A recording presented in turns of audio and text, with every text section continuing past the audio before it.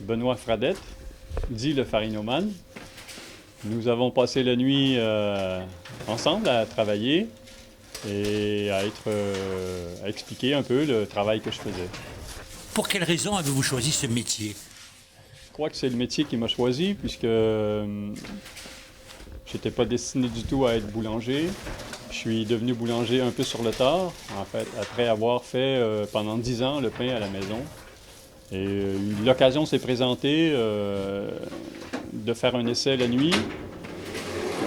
Il se trouve que le boulanger-chef a vu comment je me débrouillais tout de suite et il s'est dit « Ah, ça me ferait un bon candidat » et il m'a proposé de devenir apprenti. Faire le pain, pour vous, qu'est-ce que ça représente? C'est une matérialisation de la générosité du cœur, en fait. On ne peut pas être ce qu'on est sans se matérialiser, sans vivre dans une espèce de réalité tangible. Et pour moi, le pain, mais moi, j'ai vu l'occasion de contribuer aux autres. Au début, c'était pour faire plaisir. Après, avec le temps, on réalise que dans le fond, on a une fonction essentielle qui est une fonction nourricière. Donc, on est là pour avoir un peu de conscience, comment bien nourrir nos concitoyens.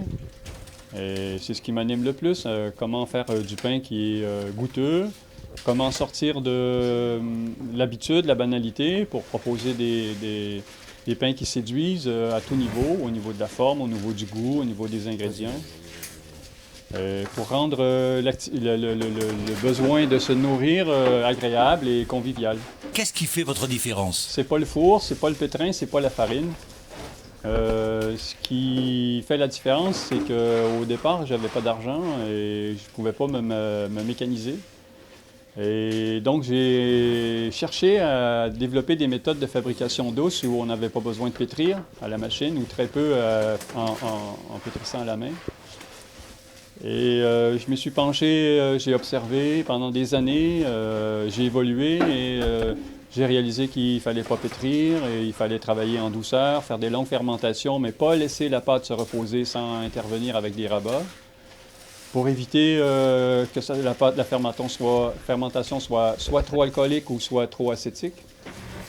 Pour que l'objectif, en fait, c'est que chaque pain goûte la céréale avec laquelle on l'a fait. Donc, un pain au levain qui goûte le levain, c'est manqué. Un pain à la levure qui goûte la levure, c'est manqué. Alors, ça demande du jugement, de la finesse, de la sensibilité et une recherche constante, une observation constante. C'est pas un métier de production, c'est un métier de création. Lorsqu'on feuillette votre Farinomag, on s'aperçoit notamment qu'il y a un chapitre qui est assez virulent contre la pizza dite traditionnelle. Vous dites que la pizza traditionnelle est une arnaque. J'explique en long et en large, techniquement, en quoi c'est manqué. C'est dommage parce que c'est le mets le plus mangé en France et c'est le moins bien réussi. Donc, il faudrait peut-être s'y mettre pour changer les choses. Alors vous êtes en train de préparer votre pizza. Ben moi, j'ai développé, parallèlement à ma fabrication différente que je fais du pain, une façon d'amener la pâte à pizza au four qui fait qu'elle est goûteuse, elle est charpentée, elle est bien cuite, elle est légère, elle est croûtée.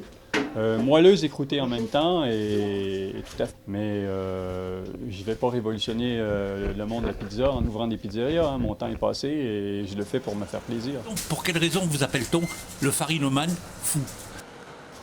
C'est pas qu'on m'appelle, c'est que je me suis fait appeler comme ça. Je veux dire, c'est le nom que j'ai choisi pour la boulangerie.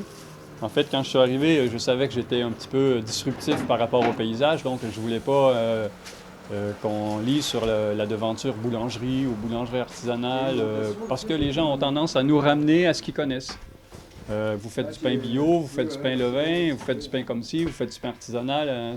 C'est devenu des mots qui ne veulent plus dire grand-chose, en fait, parce que... Donc, j'ai écrit Farinomane, amuse avec les farines, et ça ne m'empêche pas de faire bio au levain, mais à ma façon.